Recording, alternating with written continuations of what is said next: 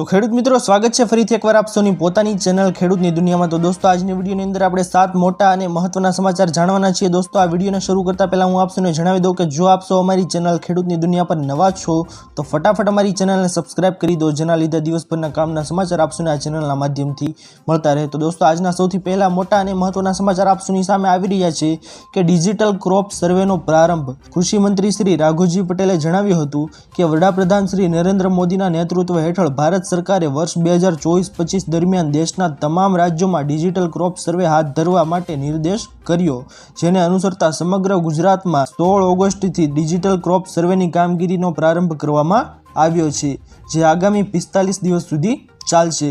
ગુજરાતમાં 33 જિલ્લાઓની તમામ ખેતીલાયક જમીનના આશરે 1 કરોડથી વધુ સર્વે પ્લોટને ડિજિટલ સર્વેમાં આવરી લેવામાં આવશે।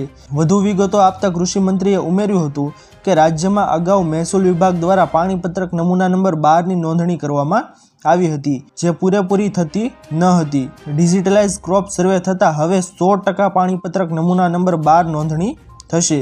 પરિણામે નમૂના નંબર 12 પાકની નોંધણી બાબતે ખેડૂતોને વધુ સુગમતા રહેશે।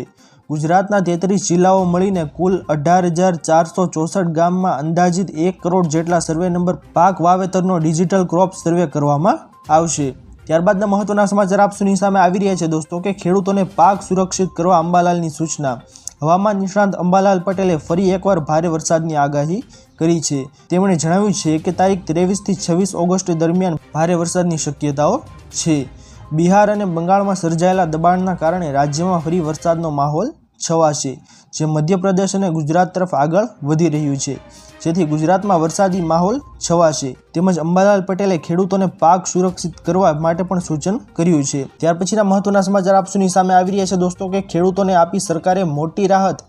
વર્તમાન નાણાકીય વર્ષ દરમિયાન કિસાન ક્રેડિટ કાર્ડ એટલે કે KCC દ્વારા લેવામાં આવેલી કૃષિ અને સંલગ્ન પ્રવૃત્તિ માટે રૂપિયા 3 લાખ સુધીની ટૂંકા ગાળાની લોન માટે વ્યાજ સબવેશન સ્કીમ ચાલુ કરવાની મંજૂરી આપવામાં આવી છે। સરકારે ચાલુ નાણાકીય વર્ષ દરમિયાન કિસાન ક્રેડિટ કાર્ડ દ્વારા લેવામાં આવતી કૃષિ અને સંલગ્ન પ્રવૃત્તિઓ માટે રૂપિયા 3 લાખ સુધીની ટૂંકા ગાળાની લોન માટે વ્યાજ સબવેશન સ્કીમ ચાલુ કરવાની મંજૂરી આપી છે।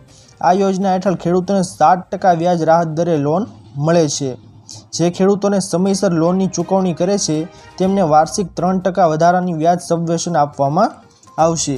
ત્યાર પછીના મહત્વના સમાચાર આપ સૌની સામે આવી રહ્યા છે દોસ્તો કે PM કિસાનનો 18મો હપ્તો જાહેર। ભારત સરકાર દેશના લોકો માટે ઘણી યોજનાઓ ચલાવે છે। આમાંની ઘણી યોજનાઓ ખેડૂતો માટે પણ છે। ભારત એક કૃષિ પ્રધાન દેશ છે અને ભારત સરકાર ખેડૂતોને હિત પર 2 વિશેષ ધ્યાન આપે છે।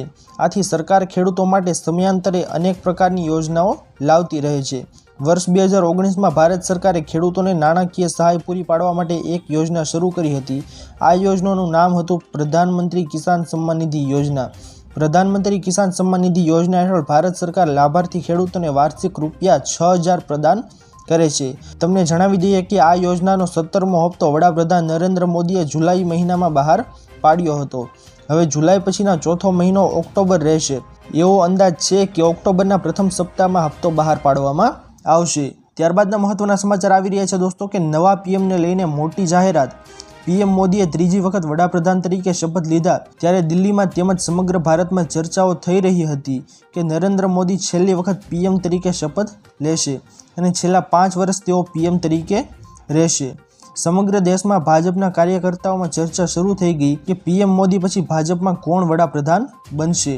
અત્યારે કેટલાક નેતાઓ નીતિન ગડકરી તેમજ બુલડોઝર બાબા એટલે કે યોગી આદિત્યનાથ નેક્સ્ટ PM બનશે તેવી ચર્ચાઓ કરી રહ્યા હતા, ત્યારે આ ચર્ચાઓનો આખરી અંત આવી ગયો તેવું કહેવાય છે। ત્યારબાદના મહત્વના સમાચાર આવી રહ્યા છે દોસ્તો કે આ જિલ્લાના લોકો ખાસ ધ્યાન રાખે। અંબાલાલ પટેલે નવી આગાહી કરી છે તે અનુસાર 22થી 23 ઓગસ્ટ સુધી રાજ્યમાં હળવો વરસાદ પડશે। 24થી 27 ઓગસ્ટ દરમિયાન સુરત અને ભરૂચમાં 10 ઇંચ જેટલો વરસાદ પડી શકે છે। પંચમહાલ અને વડોદરામાં પણ ભારે વરસાદ વરસી શકે છે।